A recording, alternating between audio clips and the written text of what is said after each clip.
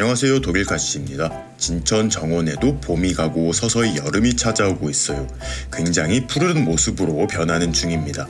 특히 올해 봄부터 진천 정원에 있던 식물들을 화분으로 옮겨 키우고 있는데요. 오늘은 그동안 화분으로 옮겼던 식물들의 근황도 보여드리고 그 외 특별한 변화 모습이 있는 식물들까지 살펴보도록 하겠습니다. 영상 마지막에는 폭풍 성장 중인 노지수국들의 모습도 보여드릴 테니 재미있게 봐주세요. 봄의 모습과는 다르게 현재는 정원 앞쪽이 뭔가 탁 트인 느낌을 받으실 거예요. 키가 많이 커진 영산홍들의 키가 낮아졌기 때문입니다. 얼마 전 영상으로 알려드렸던 라일락과 마찬가지로 이 영산홍들도 여름에 꽃눈 분화를 하기 때문에 꽃이 지고 여름이 오기 전 가지치기를 해줘야 해요. 가지치기를 하고 나온 새 가지에서 내년에 피울 꽃을 준비합니다. 2년 정도 가지치기를 못해줘서 들쭉날쭉했었는데 강전정을 해주고 나서 굉장히 아담해졌어요. 살짝 휑한 모습도 보이고 있지만 새순들이 자라나오면 다시 다복해질 거예요.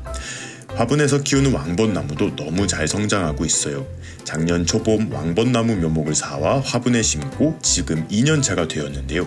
올해는 몇 송이 되지 않지만 예쁜 벚꽃도 보여주었어요. 왕벚나무의 경우 가지치기를 하면 잘린 단면을 통해 균에 쉽게 감염이 되기 때문에 가지치기를 잘 하지 않는 나무 중 하나예요. 그래서 가지치기는 따로 해주지 않고 자연스럽게 성장하도록 놔두고 있습니다. 워낙 스스로 수영을 잘 만들어가는 나무이기도 해서 양분만 잘 챙겨주면 될 것 같아요. 내년에는 올해보다 조금 더 많은 꽃을 기대해봅니다. 왕벚나무 화분 위에는 흰색 꽃잔디를 심어 놓았는데 가장 예쁜 모습은 지나갔어요. 내년 봄 꽃을 피울 때까지는 계속 이 모습을 유지할 것 같습니다. 혹 꽃잔디가 너무 웃자랐다면 꽃이 지고 난 지금 삭발을 해주어도 좋아요. 앵두나무입니다. 가지 하나짜리 작은 묘목이 6년 정도 정원에서 잘 자라다가 이번 봄에 화분으로 옮겨왔어요. 앵두나무 같은 경우에도 특별히 가지치기를 해주지 않아도 좋아요. 중심부 줄기 하나만 남겨 외목대로 키워도 멋지지만 땅 아래에서 곁가지가 잘 올라오거든요. 이런 식으로 다간형으로 키워도 정말 예쁩니다. 특히 시간이 지날수록 정말 예쁜 모습을 보여주는 게 앵두나무예요. 내년 봄에는 이 많은 가지에서 피우는 예쁜 꽃 모습 꼭 전해드리도록 하겠습니다. 앵두나무 아래에는 백겹도화가 열심히 성장하고 있습니다. 작은 전목묘를 선물받아 키우고 있는 개체들인데 화분에서 잘 성장할 수 있을지 걱정이 많이 되었거든요. 생각했던 것보다 너무 잘 자라주고 있습니다. 이른 봄 꽃을 피우고 나서 열매를 맺기 시작했는데 어떤 모습으로 자랄지 궁금해 몇 개 남겨놔 보았는데 이런 식으로 자라고 있습니다. 우리가 먹는 복숭아만큼 커지진 않고 매실에 가까운 크기예요. 가을까지 잘 키우면 올해보다 2배 정도 커진 모습을 볼 수 있을 것 같습니다. 새빨간 꽃이 다글다글하게 피었던 명자나무예요. 특히 이 명자나무는 땅 아래에서 올라온 묵은 가지들을 많이 쳐내고 화분으로 옮겨주었던지라 걱정이 많이 되었었는데 역시 화분에 무사히 활착했어요. 양갈래 스타일로 수영을 한번 잡아보았는데 시간이 지나면서 어떤 모습으로 변해줄지 큰 기대가 됩니다. 역시 굉장히 예쁜 꽃을 보여주었던 장미조팝이에요. 지금은 꽃이 모두 지고 새로운 잎과 가지들을 성장시키기 시작했어요. 장미조팝 역시 땅 아래에서 새로운 가지들을 잘 올려줍니다. 나무 자체가 많이 굵어지는 수종은 아니기 때문에 저는 나름 굵게 자란 가지 3개를 한데 모아주고 키우고 있어요. 외목대는 아니지만 멀리서 봤을 때 외목대 스타일로 보이도록 해볼 계획입니다. 한 3년쯤 지나면 나름 멋진 토피어리 수영의 장미조팝이 되지 않을까 기대를 하고 있어요. 보리수나무 역시 큰 몸살 없이 화분에 적응을 했습니다. 키가 워낙 컸어서 2m 정도에서 생장점을 잘라주었어요. 내년에는 길게 자라나온 곁가지들도 살짝 정리를 해서 수영을 조금 더 다듬어 주려고 합니다. 화분으로 옮길 당시 꽃이 피고 있었는데 뿌리를 많이 정리한 상태라 열매를 맺지 못할 줄 알았어요. 그런데 제 예상과 다르게 많은 열매를 맺어주었습니다. 점점 빨갛고 영롱하게 익어갈 텐데 열매 자체가 굉장히 예뻐요. 스트로베리 블라썸 목수국입니다. 이 목수국은 제가 4년 전쯤 공동구매를 진행했을 때 샘플로 보여드렸던 개체예요. 그때부터 쭉 화분에서 키워오고 있는데 3년차까지는 무작정 키와 덩치를 키우고 작년 봄 중심이 될 만한 가지 4개만 남기고 강전정을 해주었어요. 가지치기를 하고 1년이 지났는데 나름 만족할 만한 수영으로 변하였습니다. 목수국도 매년 봄 땅 아래에서 새로운 가지들이 잘 올라오는데 어느 정도 수영을 잡아놓은 상태라면 새 가지들이 올라오는 것이 보일 때마다 제거를 해주는 것이 좋아요. 미리 제거를 할수록 에너지를 아껴 본 가지를 빨리 굵게 만들 수 있습니다. 목수국 화분에는 백리향을 몇 포트 심어두었는데 1년 만에 화분을 꽉 채웠어요. 5월 초 정말 향기롭고 예쁜 꽃을 보여주었는데 아쉽게도 가장 예쁜 모습을 카메라에 담지 못했어요. 성장 속도가 정말 빠른데 개체수를 늘려보기 위해 번식에 도전해볼 계획입니다. 이 목수국은 외목대로 키워보고 있는 헤라클레스 목수국이에요. 작년 봄 키가 크게 자란 줄기 하나만 남기고 나머지 가지들을 잘라낸 후 키우고 있습니다. 올해 봄 건강한 새순 3개를 받아내었는데 아쉽게도 새순 3개 중 하나가 부러져 버렸어요. 제가 예상했던 예쁜 수영에서는 살짝 빗나갔지만 이 2가지만이라도 잘 키우면 굉장히 멋있어질 거라 믿고 있습니다. 한 달 전 옆 정원에서 캐어 화분으로 옮긴 목수국들도 무사히 화분에 적응했어요. 덩치가 컸던 만큼 뿌리도 많았어서 대부분 잘라주었거든요. 몸살을 많이 할 수도 있겠다 생각을 했는데 화분으로 옮기고 이틀 정도 살짝 고개를 숙였다가 봄비를 한번 맞고는 바로 정상으로 돌아왔어요. 수영을 예쁘게 다듬어준 상태인데 시간이 지날수록 더 멋있어질 것이라 생각합니다. 올해 꽃도 조금 피워주면 정말 좋을 것 같아요. 라일락들도 잘 자라고 있습니다. 꽃이 지고 가지치기를 해준 지 2주 정도가 지난 상태인데 벌써 새 가지들을 올리기 시작했어요. 이 대형종 라일락들의 경우 아랫목대 모양이 너무 보기 싫어서 가지 자체가 흙 안에 묻히도록 깊게 심어보았는데 아직까지는 큰 문제가 보이진 않습니다. 이대로 잘 성장해주면 너무 좋을 것 같아요.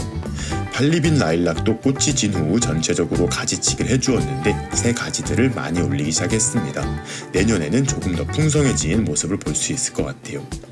장미 소식을 까먹을 뻔했네요. 올해 3월 정원을 정리하면서 이 덩굴 장미들 역시 대대적인 가지치기를 했었어요. 묵은 줄기와 수영을 방해하는 가지들을 많이 제거해 주었었는데 워낙 많은 숫자의 가지를 잘라주다 보니 올해에는 꽃을 조금밖에 볼 수 없겠구나 하고 걱정을 했었어요. 걱정과는 다르게 오히려 꽃이 정말 많이 피었어요. 심지어 크기도 많이 커졌습니다.